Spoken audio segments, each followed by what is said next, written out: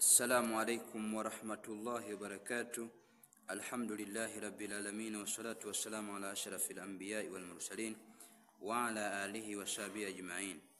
Amesema Mtume sallallahu alayhi wasallam, man radiya minallahi bil qalili minar rizqi, yule atakayeridhia kwa Mwenyezi Mungu kwa uchache wa riziki, yani uchache ambao wa riziki unaotokana na riziki, radiyallahu minhu bil yasiri minal amal, Mwenyezi Mungu anamridhia kwa amali chache aliyoifanya.